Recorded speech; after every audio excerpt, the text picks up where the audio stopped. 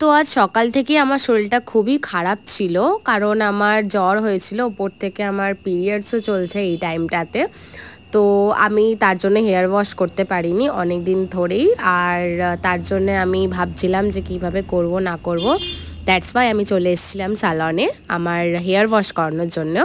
আর সাথে সাথেই আমার হেয়ার ওয়াশের জন্য আমাকে নিয়ে নেয়। হেয়ার ওয়াশ করানোর পর অনেকটা রিল্যাক্সিং লাগছিল গাইস। আর দেন করা হয় আমার ব্লো ড্রাই।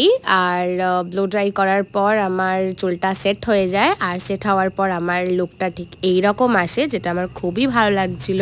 আর সত্যি বলতে গাইস, হেয়ার ওয়াশ করানোর পর মুডটা খুবই ভালো লাগে, একটা রিফ্রেশ ফিল আসে একটা। আর ফিভারের জন্য আমি খুব একটা হাসছিলামও না। আর আমার হেয়ার ওয়াশ করানোর পর আমার একটু মুডটা ঠিক হয়। আর এখানে আমার হেয়ারে লাগিয়ে দেয় সিরাম। আর সিরামের পর আমার চুলটা আরেকটু বেশি শাইনি হয়ে যায়, সিল্কি হয়ে যায়। দেন আমি বাইরে বেরিয়ে দেখি আমার অলরেডি অনেক লেট হয়ে গেছিলো। আর এখানে সন্ধ্যা হয়ে এসেছিলো। আর আজকের জন্য এতটাই গাইস, টাটা।